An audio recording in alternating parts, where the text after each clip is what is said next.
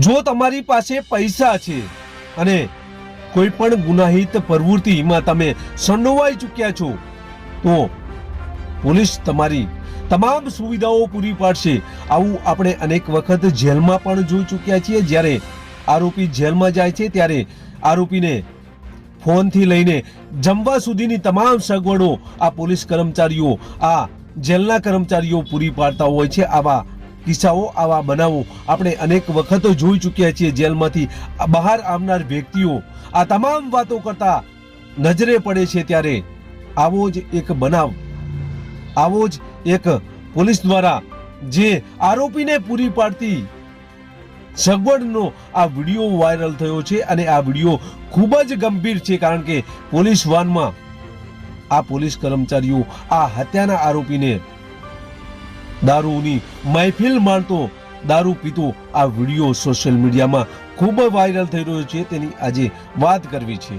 નમસ્કાર, ક્રાઇમ આવાજ ન્યૂઝમાં તમારું સ્વાગત છે। હું છું તમારો નાનજીભાઈ ઠાકોર। આમ તો આપણે જોતા આવ્યા છીએ અને સાંભળતા આવ્યા છીએ કે તમારી પાસે જો પૈસા છે તો તમને જેલમાં પણ તમામ સુવિધાઓ ઉપલબ્ધ પોલીસ કર્મચારીઓ કરાવતા હોય છે। આવી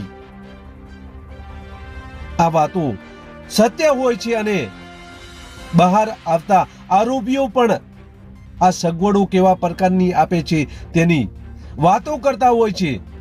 ત્યારે આ વાતો સત્ય હોય તેવું જોવા મળી રહ્યું છે। અમદાવાદના રિવરફ્રન્ટનો એક વિડીયો વાયરલ થયો હોવાની ચર્ચાએ વેગ પકડ્યો હતો। તેમાં એક પોલીસ વાનમાં, એક પોલીસની ગાડીમાં હત્યાનો આરોપી ખુલ્લેઆમ બિયર પી રહ્યો હતો અને આ વિડીયો ખૂબ વાયરલ થયો હતો અને અમદાવાદ પોલીસ સામે આંગળી ચીધાઈ રહી હતી। તો આ પ્રથમ વિડીયો જુઓ, ત્યારબાદ ચર્ચા કરીએ।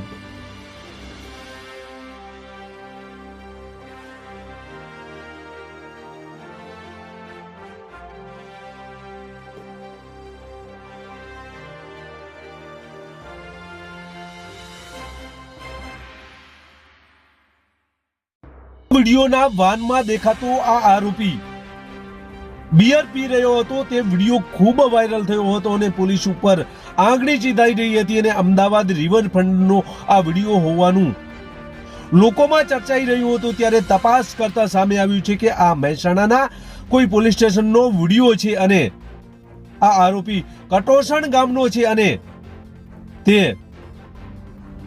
હત્યાના ગુનામાં પોલીસના સકંજામાં છે।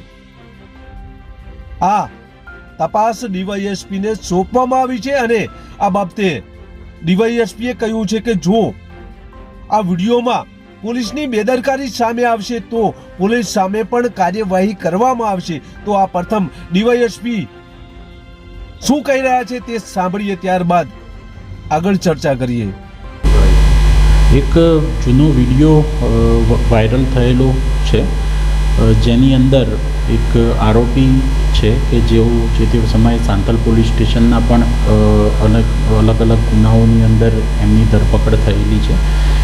તેઓનો આ વિડીયો છે અને પ્રાથમિક એવું જાણવા મળ્યું છે કે સાંતલ પોલીસ સ્ટેશન વિસ્તારની અંદર ક્યાંક આ વિડીયો બનાવવામાં આવેલું હોવાનું અને લગભગ 2.5-3 વર્ષ પહેલાં બનાવેલ હોવાનું પ્રાથમિક માહિતી મળી છે।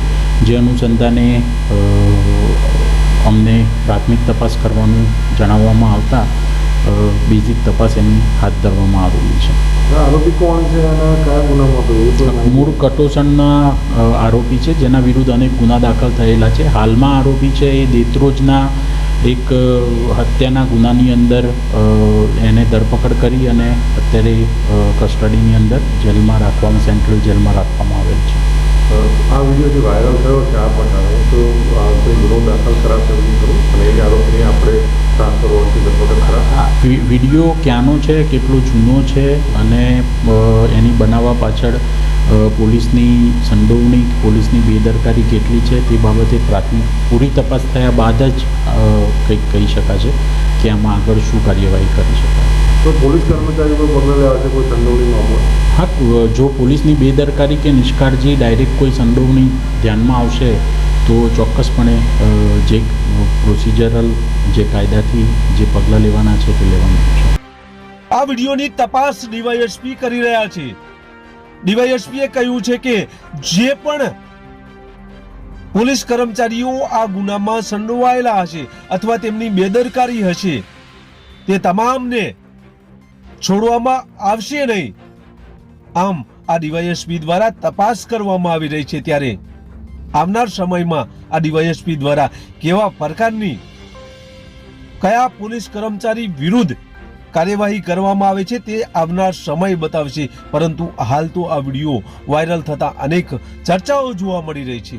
બસ એ જ. જો તમે અમારી ચેનલમાં નવા છો અને આવા જ લેટેસ્ટ ન્યૂઝ જોવા માંગો છો તો અમારી ક્રાઇમ આવાજ ન્યૂઝ ચેનલને અત્યારે જ સબસ્ક્રાઇબ કરો, જેથી આવનાર લેટેસ્ટ ન્યૂઝ તમારા સુધી પહોંચી શકે. નમસ્કાર.